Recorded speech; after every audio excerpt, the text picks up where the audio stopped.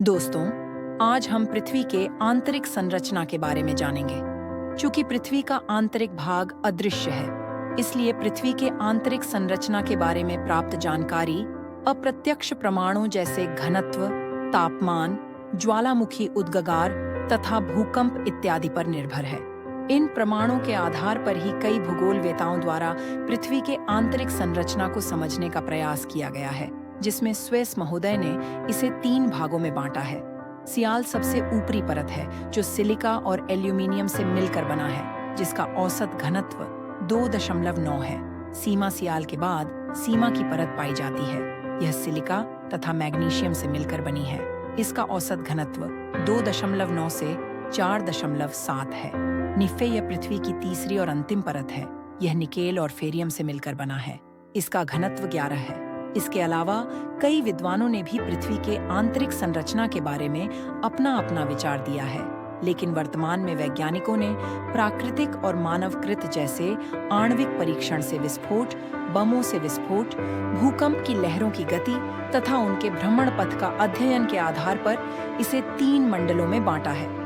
Crust यह पृथ्वी की सबसे ऊपरी परत है, जिसका औसत मोटाई 33 किलोमीटर है। महासागरों में यह 5 से 10 किलोमीटर मोटा तथा महाद्वीपीय भागों में लगभग 40 किलोमीटर मोटा है। क्रस्ट के ऊपरी परत में ग्रेनाइट चट्टानें पाई जाती है। यह सिलिका और एल्यूमीनियम से मिलकर बना है। इसका औसत घनत्व 2.7 है तथा निम्न परत बेसाल्ट चट्टानों से बना है, जिससे महासागरीय सतह का निर्माण हुआ है। यह सिलिका और मैग्नीशियम से मिलकर बना है। इसका औसत घनत्व 3 है तथा ऊपरी मेंटल के बीच मोहो असंबद्धता पाई जाती है। मोहो असंबद्धता से 2900 किलोमीटर की गहराई तक मेंटल का विस्तार है। पृथ्वी के समस्त आयतन का 83% भाग तथा द्रव्यमान का 68% भाग मेंटल में विस्तृत है।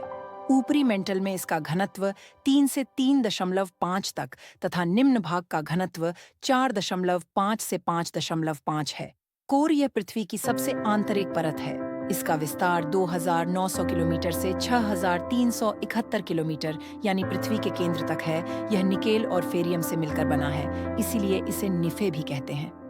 पुनः यह 2 भागों बंटा हुआ है। पहला बाह्य अंतरतम, जो कि तरल अवस्था में है, जिसकी गहराई 2900 किलोमीटर से 5150 किलोमीटर है, तथा दूसरा आंतरिक अंतरतम, जो कि अधिक दबाव के कारण ठोस अवस्था में है, जिसकी गहराई 5150 किलोमीटर से 6371 किलोमीटर।